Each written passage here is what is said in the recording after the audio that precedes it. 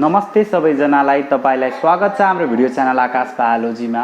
म Aakash Raut MBBS final year student institute of medicine Maharaj medical क्याम्पसबाट र हिजो नै आएको भनेको कमन इन्ट्रान्स एक्जामको सिलेबस म भनौँ त्यो तिहार गिफ्ट नै हो जति पनि मेडिकल एस्पिरेन्ट स्टुडेन्टहरूलाई छन्, because they all are waiting for that syllabus to come हैन।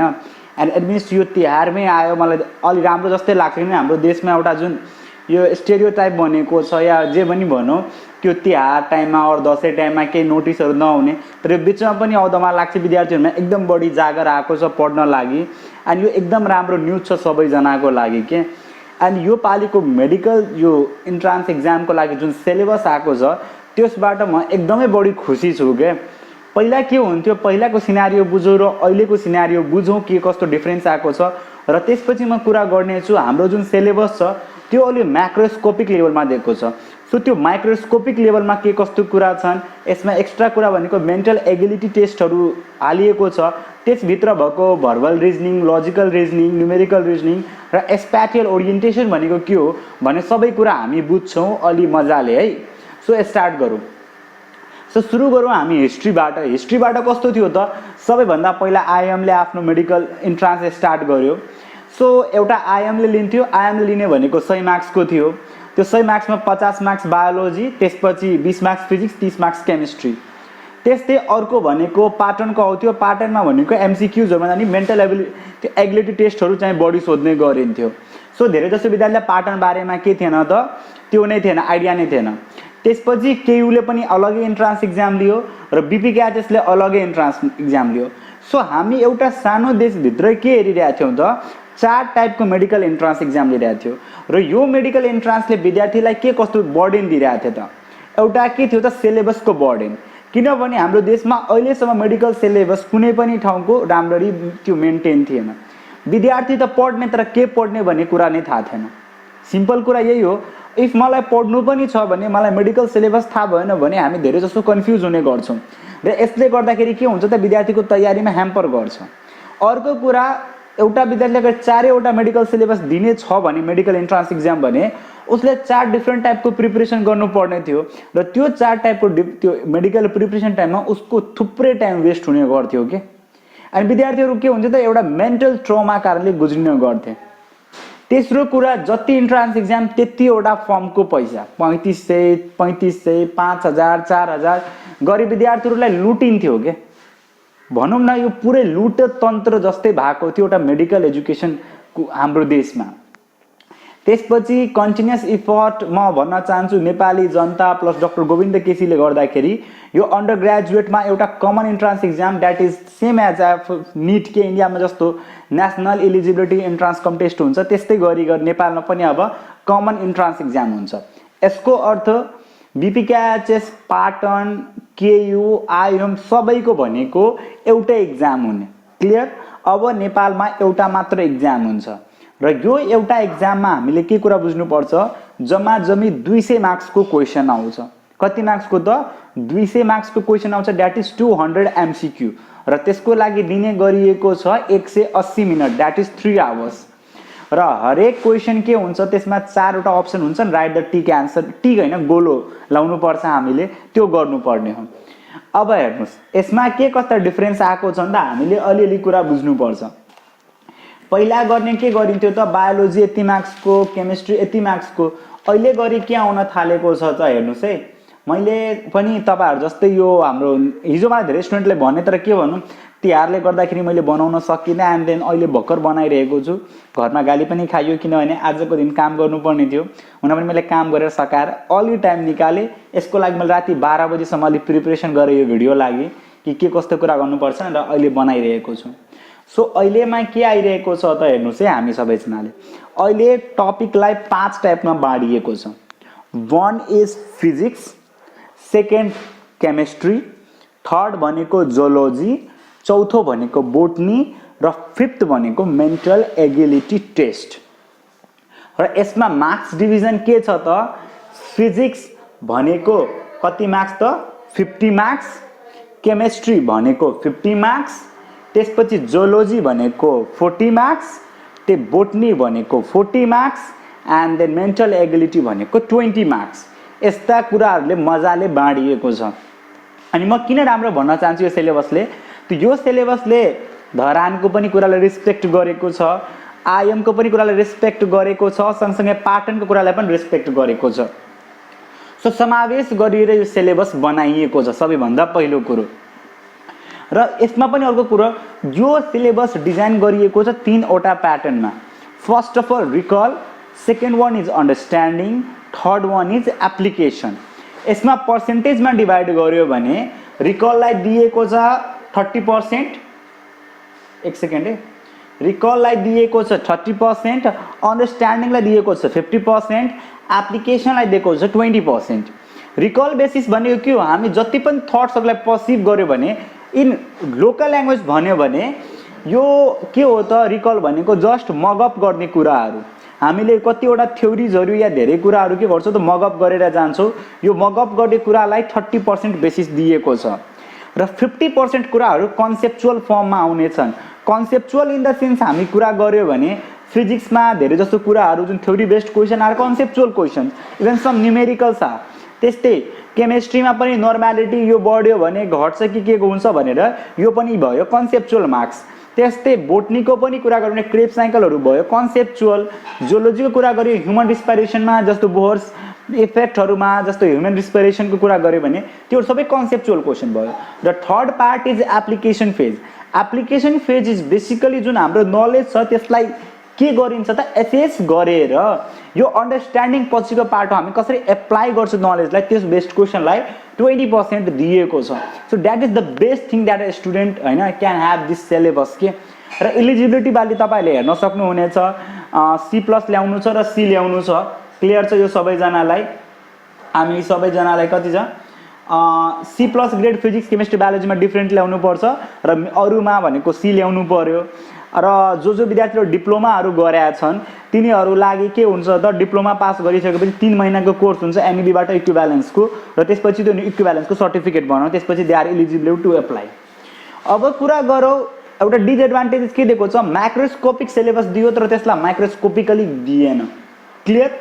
अब कुरा गरौँ त हामी फर्स्ट अफ अल जोलोजीबाट कुरा गरौँ। सो जोलोजीमा के दिएको छ त, बायोलोजी, ओरिजिन अफ लाइफ र इभोल्युसन अफ लाइफबाट 4 मार्क्स।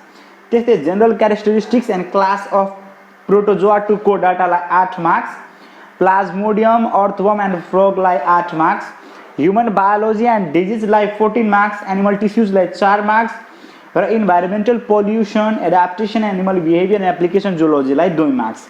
अब विद्यार्थीहरू धेरैजना कन्फ्युज भयो। यसमा कन्फ्युज के हुन गए त, यो ऱ्याबिट बोन सोध्छ कि सोध्दैन यो कुरा सोध्ने गयो, कोक्रोच सोध्छ कि सोध्दैन, हनीबी सोध्छ कि सोध्दैन, इफ डिजिज सोधिरहेछ भने कुन कुन डिजिज बेसिकली सोध्ने होला। सो यो सबै मैले अलि निकै कुरा गहन गरेर बल्ल तपाईँहरूलाई भनिरहेको छु है। बायोलोजीमा सोध्ने भनेको scope and branches of biology हो, भेरियस लोजिजहरू जस्तो इन्टोमोलोजी, अर्निथोलोजी। ओरिजिन अफ लाइफमा हामी कुरा भने life and origin, Oparin and Haldane theory, त्यसमा केमोजेनी, बायोजेनी, कोग्नोजेनीहरू, त्यस्तै मिलर युरे एक्सपेरिमेन्ट। इभोल्युसनमा कुरा गर्यो भने हामीले organic evolution, theories of various types of evolution, evidences and human इभोल्युसनको process. General characteristics and classes of protozoa to त्यो के भन्छ कोडाटामा कुरा गर्यो भने यो भित्रै आउने हो ऱ्याबिट कोडाटा। ऱ्याबिट बोन सोध्ने गरियो भने पनि यही भित्र सोधिन्छ, अलगले सोधिँदैन यही बारेमा। र 8 वटा क्वेसन छ 8 मार्क्सको, र यही भित्र प्यारामिसियम पनि सोधिन्छ, किनभने प्रोटोजोआमा पढ्ने भनेको या मोनेरा भनौँ त्यसमा पढ्ने भनेको प्यारामिसियमलाई यो कुरामा इन्क्लुड गरिन्छ। सो धेरै चाहिँ जस्तो विद्यार्थीले सोचिरहेछन् कि प्यारामिसियम चाहिँ हटायो भन्ने छैन, ऱ्याबिट बोन्स हटाएको छैन, त्यहीमा कन्क्लुड समावेश गरिएको छ। प्लाज्मोडियम, अर्थवर्म एन्ड फ्रगमै डेभलपमेन्टल बायोलोजी राखेर कुरा गरिएको छ यहाँ। त्यसपछि म सबैभन्दा खुसी छु ह्युमन बायोलोजी एन्ड ह्युमन डिजिजलाई एकदमै बढी दिएको छ फोकस। सो अन्तर ह्युमन बायोलोजी अन्तर्गत भेरियस सिस्टमहरू छन्, रेस्पिरेटरी, एक्सक्रिटरी, सर्कुलेटरीहरू सबै सिस्टम पढ्नुहोस्। डाइजेस्टिभमा पढ्दाखेरि हामी पढ्ने भनेको कसरी ट्रान्सपोर्ट हुन्छ, प्रोसेसेसहरू हुन्छ, मेटाबोलिक प्रोसेसेसहरू सबै कुरा बुझ्नुहोस् र सबैको क्लिनिकल कोरिलेट्स त पढ्ने नै गर्नुहोस्। यो म तपाईँहरूलाई भन्न चाहन्छु। र तपाईँहरू जुन ह्युमन डिजिजमा हेर्नुहोस्, ह्युमन डिजिज 3 प्रकारले डिभाइडेड छ। तपाईँहरूले के गर्नुहुन्छ त छुट्टाइदिनुहुन्छ। Some one is socially significant disease, जस्तो हुन गयो ड्रग एब्युज, अल्कोहलिजम, स्मोकिङ, योबाट हुने सिओपिडीहरू डिजिजहरू भयो त्योहरू पढ्नुहोस्। त्यस्तै कम्युनिकेबलमा एड्स, टाइफाइड, टिबिएस, क्यारियासिस, जियार्डियासिस, भेजिनलाइसिस, त्यो के भन्छ ल्युकोरियाहरू बिमारीहरू भयो। नन कम्युनिकेबलमा क्यान्सरहरू पढ्नुहोस्। र यो साल एउटा न एउटा क्वेसन 100% कोभिडबाट सोध्छ नि सोध्छ। र यो हामीले स्याम्पल पनि हेर्न सक्छौँ, रेमडेसिभिर दबाईको बारेमा दिएको छ, या फिर फेज 1, फेज 2, फेज 3 भनेको के हो मैले पनि भिडियोजहरू हालेको छु, त्योमा पनि तपाईँ हेर्न सक्नुहुनेछ। नेपालमा कोरोना भाइरसको टेस्टिङ कुन टाइपले गरिन्छ, स्ट्यान्डर्ड यो पिसिआर भनेको रियल टाइम पिसिआरमा तपाईँलाई अलिअलि कुरा सोध्न सक्छ होला, धेरै डिपमा होइन, त्यही पनि सोध्न सक्छु होला जस्तो मलाई लाग्छ। या आरडिटी टेस्ट भनेको कस्तो टाइपको टेस्ट नेपाल हुन्छ, एन्टिबडी टेस्ट, एन्टिजेन टेस्ट, धेरै कुराहरू तपाईँलाई सोध्न सक्छ होला। त्यही भएर त्योहरू कुरा मैले भिडियोज कोरोना भाइरसको प्लेलिस्ट बनाएको छु, त्यसमा पनि तपाईँहरू हेर्न सक्नुहुनेछ। एनिमल टिस्यु भनेको सिम्पल कुरा हो। त्यस्तै environmental pollution, adaptation and application of zoology. So adaptation मलाई भन्नु पर्दैन, त्यसमा रिफ्लेक्स एक्सन कुराहरू छन्, ट्याक्सिस छन्, रिलेसन छन्, लिडरसिप, माइग्रेसनहरू छन्। अब कुरा आयो एप्लिकेसन अफ जोलोजीमा के कुरा पढ्ने, त छुट्याउनै नहुने 3 करोड नेपाली जनताले छुट्याउनै नहुने तपाईहरु यो भिडियो हेर्नुस्, तातो तातो खबर। सो यसमा मैले के भन्न गइरहेको छु त, यसमा हुने भनेको एनिमल ब्रिडिङको कुरा पढ्नुस्। धेरैजना विद्यार्थीले एनिमल ब्रिडिङ छोड्छन्, पोल्ट्री के हो त्योहरू बाला कुराहरू अलिअलि त बुझ्नै पर्छ हामीले। एनिमल ब्रिडिङ पहिला पहिला सोधिन्थेन, तर यो पालि चाहिँ भनिदियो, तर धेरै फोकस नगर्नुस्, ओन्ली 2 मार्क्सको सोध्ने छ। त्यस्तै टिस्यु एन्ड organ ट्रान्सप्लान्टेसन, त्यस्तै भ्याक्सिनको मैले भिडियो बनाएको छु, तपाईहरु हेर्न सक्नुहुनेछ। टेस्ट ट्युब बेबी र genetic engineering and tissue culture. अब हेर्नुस्, पहिला हामीलाई मार्क्स डिभिजन मजाले थाहा थिएन त, बट यो पालि हामीलाई मार्क्स डिभिजन मजाले थाहा छ। त्यही भएर पढ्दाखेरि पुरै मार्क्स डिभिजन बुझेर पढ्नुस्। जस्तो मैले लास्ट कुरा भने यो 2 मार्क्सको मात्र छ, सो धेरै फोकस नगर्नुस् यसमा।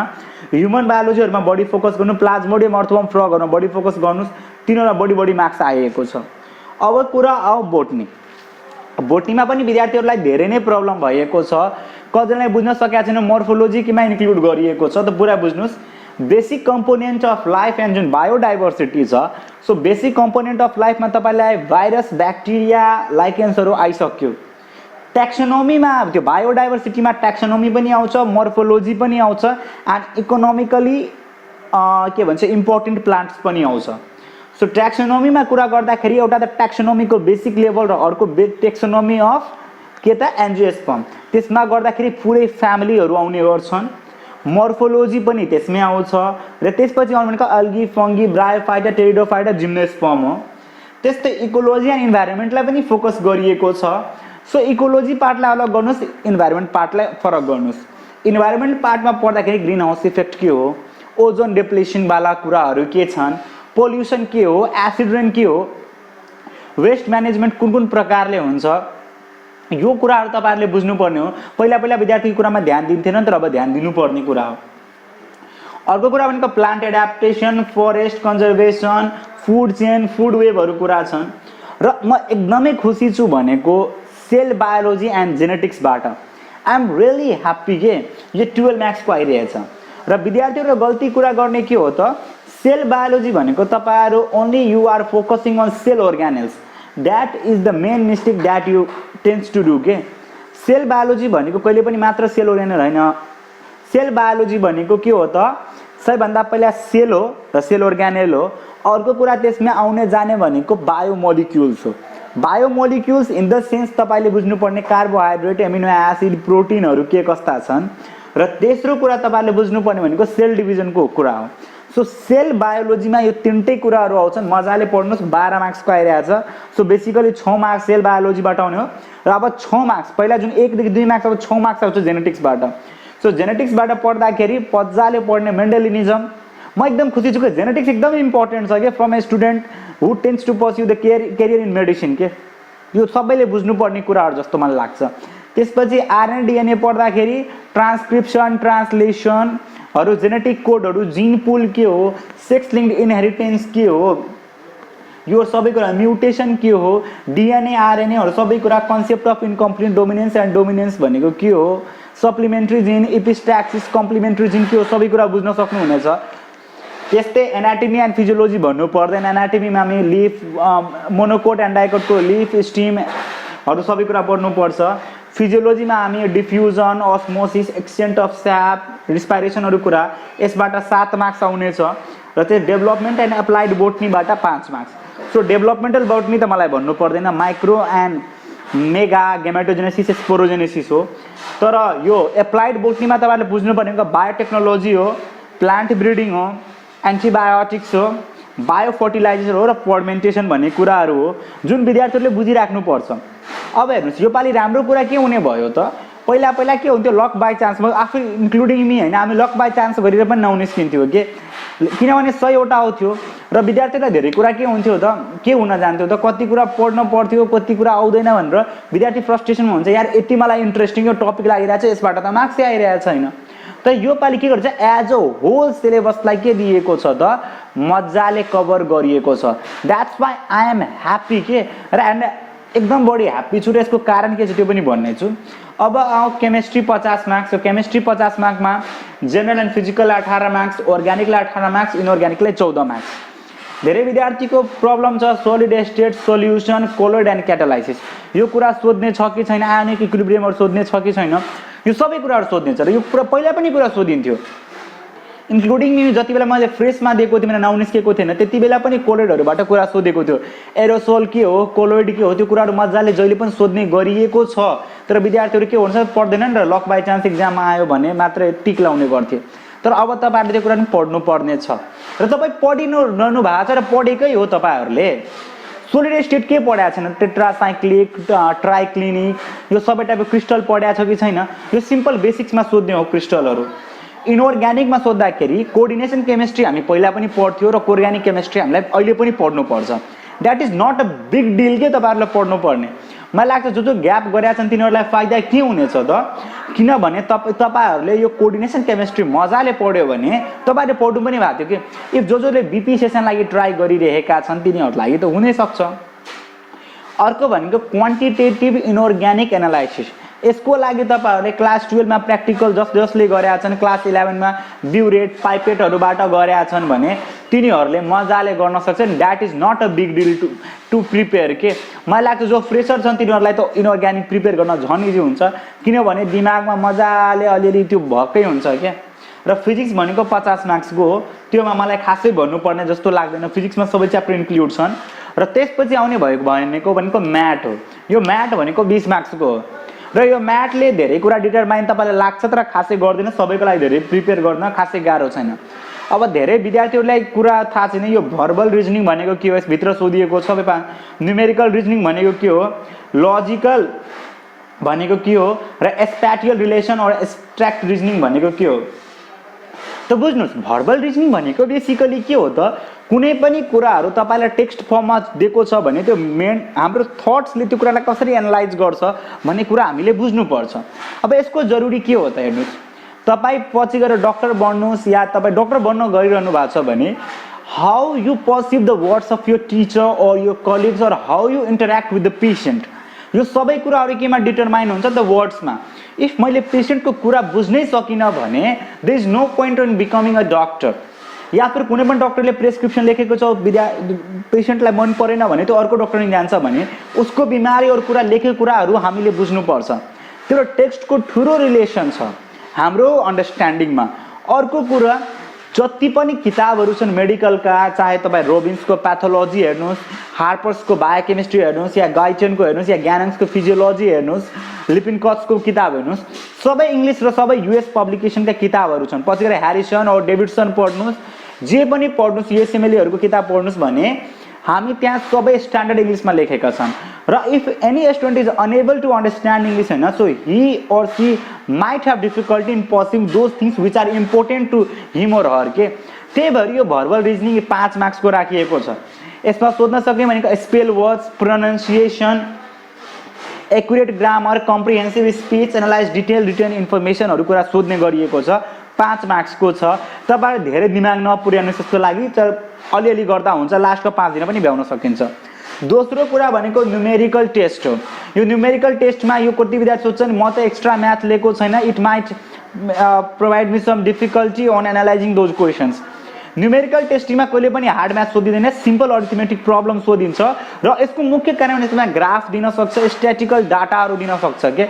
किनभने मेडिकल फिल्डमा जानु भनेको सबभन्दा इम्पोर्टेन्ट कुरा रिसर्च हो। सो रिसर्च गर्दाखेरि कुनै पनि डेटा हेरेर तपाईँ के एनालाइसिस गर्न सक्नुहुनेछ भने त्यसको मुख्य रिजन हो न्युमेरिकल टेस्ट दिनु कारणको। त्यही भएर यो न्युमेरिकल टेस्ट दिएको यही कारणले हो कि पछि गएर तपाईँलाई अहिले एनालाइसिस गर्न आउँदा तपाईँको थट प्रोसेस वर्क गर्दैन भने तपाईँ पछि गएर कसरी गर्न सक्नुहुनेछ। त्यही भएर यो कुराहरू दिएको छ। तेस्रो भनेको लजिकल सिक्वेन्स, यो त मेडिकललाई एकदम जरुरी छ किनभने भेरियस बिमारीको हामी भेरियस सिम्पटमलाई जोडेर बल्ल एउटा डायग्नोसिस पत्ता लगाउँछौँ। किताबमा पढिएको बिमारी कहिले पनि पेसेन्टको प्रेजेन्टेसनमा कहिले पनि आउँदैन। म क्लियर कट भन्छु, इभन टिबीको पढ्दै गयो भने टिबीको जस्तो कुनै पनि बिमारी ठ्याक्क बुक जस्तो सिम्पटम लिएर आउन सक्दैन। क्रोनिक लिभर फेलियरको पुरै सिम्पटम एउटा पेसेन्टमा कहिले पनि हुँदैन। त्यही भएर हामीलाई सिक्वेन्सहरूलाई जोड्नुपर्छ के, या फिर कुनै पनि बिमारीको ट्रिटमेन्टको प्रोग्नोसिस बुझ्नुपर्छ या सिम्पटमको ग्रेजुअली कसरी एग्राभेट भइरहेको छ त्यो सबै कुरा बुझ्नुपर्छ। र यो सबै कुरा बुझ्न लागि हाम्रो दिमाग के हुनु पर्यो, लजिकल सिक्वेन्स हुनु पर्यो। र यो लजिकल सिक्वेन्स त्यही भएर दिएको छ कि यसमा 5 मार्क्सको कि यो सबै कुरा तपाईँलाई पछिको लागि ओरिएन्ट गर्न खोजिएको छ। जति बढी दिमागलाई चलायो हामी त्यति कुरा बुझ्न सक्छौँ। र चौथो कुरा आउन भनेको abstract thinking and spatial orientation. Abstract thinking भनेको बेसिकली हाम्रो थट प्रोसेसले कति क्विकली केही कुरालाई पनि एनालाइज गर्न सक्छ, यसलाई भन्छ एब्स्ट्र्याक्ट थिङ्किङ। र स्प्याटियल ओरिएन्टेसन भनेको कुनै पनि रेफरेन्स पोइन्ट अनुसार अर्को पोइन्ट कसरी देखिन्छ भन्ने कुरा हो। अब कति विद्यार्थी सोच्ला यो त इन्जिनियरिङको कुरा हो, तर बुझ्यौँ भने सबैभन्दा बढी यो काम लाग्छ एनाटमीमा। किनभने एनाटमिक हामी एटलस बुक हेऱ्यौँ भने यसमा हामी भेरियस यो फ्रन्टबाट हेर्छौँ, यो ब्याकबाट हेर्छौँ, यो अबभबाट हेर्छौँ, यो बिलोबाट हेर्छौँ। सो यो सबै कुराहरू बुझ्न लागि हामीलाई मेन्टल एबिलिटी टेस्ट दिएको छ 20 मार्क्सको। अब विद्यार्थीहरूले सोच्ला यो त हामीसँग सरासरी बेइमानी भएको हो कि हामीले पढेको थियो 100 मार्क्सको बट अब 200 मार्क्सको आयो। त म यो भन्न चाहन्छु तपाईँहरूलाई, यो तपाईँहरूलाई के हो त झन् यो बम्पर उपहार आएको छ त्यहाँहरूलाई। हेर्नुहोस् 100 तपाईँले जति 100 मार्क्स पढ्नुहोस् या 200 मार्क्स आओस् या 1000 मार्क्सको क्वेसन आओस्, तपाईँले प्रिपेयर त त्यही कन्टेन्ट गरे हो। अब सोच्नुहोस् तपाईँले भर साल अप्टिक्समा मेहनत गर्नुभयो र अप्टिक्समा आउने भनेको एउटा पनि क्वेसन आएन भने कति दुःख हुन्थ्यो। कोही मान्छेले मात्र मेकानिक्स पढेको र त्यो मेकानिक्स मात्र आइदियो भने त्यसको लागि खुसी, तपाईँ अप्टिक्स पढेको भए नआएको भए तपाईँलाई तनाव। सो अहिले के गरेको छ, मार्क्स बढाएर समानान्तर गरिएको छ के। र एक्चुअली यो मलाई लागिरहेको हुनु पर्ने र फाइनली यही भयो कि यसबाट के हुन्छ, जो विद्यार्थी पढेको छ उसले मात्र राम्रो मार्क्स ल्याउन सक्छ, नपढेर हावादारीमा ल्याउन सक्दैन। र यो एलिजिबल हुनलाई 50% मार्क्स ल्याउन पर्छ पछि गएर कुनै एडमिसनको लागि। सो यसको लागि तपाईँहरूले बायोलोजी 80 मार्क्सको दिएको छ र तपाईँहरू मजाले बायोलोजी चाहिँ पढ्नुहोस्, म यो भन्न चाहन्छु तपाईँहरूलाई। अब फिजिक्स केमिस्ट्री बायोलोजी सबै मजाले पढ्नुपर्छ कि। पहिला तनाव हुन्थ्यो नि, योमा बढी ध्यान दिन्छु, कसैलाई फिजिक्स पुरै इन्ट्रेस्ट हुन्थ्यो, फिजिक्स मन लागि पनि पढ्नु पर्थेन, तर अरू पढ्न सक्छन्। त्यही भएर म भन्न चाहन्छु जो क्लास 11 पनि हुन्छ, 12 हुनुहुन्छ या इन्ट्रान्स प्रिपरेसन हुनुहुन्छ, 3-4वटा कुरामा कक्रोचमा धेरैजनालाई प्रब्लम भइरहेछ भने कक्रोच के हुन्छ भाइब्रेन्टको किताबमा राम्रै दिएको छ। आई डोन्ट नो नेमको मोड्युलमा कसरी दिएको छ, तर भाइब्रेन्टमा दिएको थियो, मैले भाइब्रेन्ट पढाएको थिएँ त्यति बेला। सो तपाईँहरूले सिम्पल पढ्नुहोस्, एकदम डिपमा जानु पर्ने छैन। कक्रोच पढ्ने भनेको तपाईँ क्वेसन पढे पनि या हनीबी पढे पनि या सिल्कवर्म पढे पनि यो अर्थोपोडाको त्यसमा पढ्न सक्छ के, अर्थोपोडाको क्वेसनमा पढ्न सक्छ। त्यही भएर त्यो हिसाबले नै प्रिपेयर गर्नुहोस्। कोड डेटाको हिसाबले तपाईँ ऱ्याबिट बोन्स आउन सक्छ र आउन नै सक्छ। बोन्स आउनु भनेको तपाईँहरूलाई पछि लागि मेडिकल लागि प्रिपेयर गर्ने हो। सो यसमा मलाई ठुलो कुरो चाहिँ तपाईँहरू लागि लाग्दैन। सो यति भन्दै म तपाईँहरूलाई अल द बेस्ट दिन चाहन्छु कि तपाईँहरूले राम्ररी प्रिपेयर गर्नुहोस् आफ्नो इक्जामको लागि। किनभने अब मलाई लाग्छ यो 12 को इक्जाम सकेर अब मेडिकल एजुकेसन कमिसनमा मैले पहिला भनेको थियो इक्जाम नहुँदै पनि इक्जाम हुन्छ, तर त्यति बेला चाहिँ हाम्रो टाइममा भएको इक्जाम नहुँदै, तर मेडिकल एजुकेसन कमिसनको मैले जुन पुरै लहरू पढेँ त्यसमा के भनिएको छ त ट्रान्सक्रिप्ट चाहिँ जम्मा गर्नुपर्छ। 12 को इक्जाम भइसकेपछि तिनीहरू मतलब रिजल्ट आएपछि ट्रान्सक्रिप्ट आउँछ, त्यसपछि मात्र फर्म भर्न पाउँछ। सो हेर्नुहोस् 40 मार्क्सको इक्जाम भइरहेछ भने पेपर पनि छिटै चेक हुन्छ। सो भए पनि तपाईँहरूले 1-2 महिना टाइम, अहिले पनि 1.5 महिना जति टाइम छ। सो तपाईँहरू त्यो हिसाबले नै पढ्नुहोस्। एन्ड जो विद्यार्थीहरूले सोच्नु भइरहेछ फ्रेसरलाई टाइम पाएन, तपाईँहरू जति फ्रेसर लकी फ्रेसर कोही नहोला, तपाईँहरूले भरपुर टाइम पाउनु भएको थियो 12+11 सिलेबस दुवै कभर गर्न लागि। सो नो एक्सक्युजेस, मजाले पढ्नुहोस्। तपाईँहरूको लागि मैले घरमा पनि आएर भिडियो बनाउँदैछु and I am so happy कि I am able to help you all होइन, बिकज तपाईँहरूले रिक्वेस्ट गर्नुहुन्छ अनि मलाई पनि त्यो हिसाबले भिडियो बनाउनु चाहिँ एकदमै रमाइलो लाग्छ। एन्ड सबैलाई ह्याप्पी तिहार। आउने दिनमा हामी फेरि टक सेसन, मेड सेसन र तपाईँहरूलाई के कस्तो भिडियोजहरू चाहियो भन्ने कुराहरू म गर्नेछु। र important, most of the student will think कि पास्ट क्वेसन इम्पोर्टेन्ट छैन। हेर्नुहोस्, पास्ट क्वेसन त्यतिकै इम्पोर्टेन्ट छ कि चाहे जे पनि भए पनि क्वेसन त हो नि यार, क्वेसन त इम्पोर्टेन्ट छ नि। पास्ट क्वेसन पनि मजाले फस्छ कि जहिले पनि फस्ने नै हो। त्यही भएर पास्ट क्वेसन पनि मजाले हेर्नुहोस् र तपाईँहरू त्यही हिसाबले पढ्नुहोस्। यतिकै भन्दै म आफ्नो सकाउँदैछु। सबैलाई ह्याप्पी तिहार, मजाले पढ्नुहोस् एन्ड यो टाइमलाई खेर नफाल्नुहोस्। र तपाईँहरू जे जस्तो भन्नुहुन्छ म अगाडि भिडियो सेसनहरू बनाउने छु। टक सेसन हाम्रो आइरहेछ, मेड टक सेसन पनि आउने दिनमा आउनेछ। म काठमाडौँ गएपछि साथीहरू कलेज हाम्रो पनि खुल्नेछ। सो यतिकै भन्दै भिडियो सकाउँछु। सबैजनालाई ह्याप्पी दीपावली। सबैजना स्टे सेफ, मजाले पढ्नुहोस्, आफ्नो 100% दिनुहोस् पढाइमा। यतिकै भन्दै बाई बाई।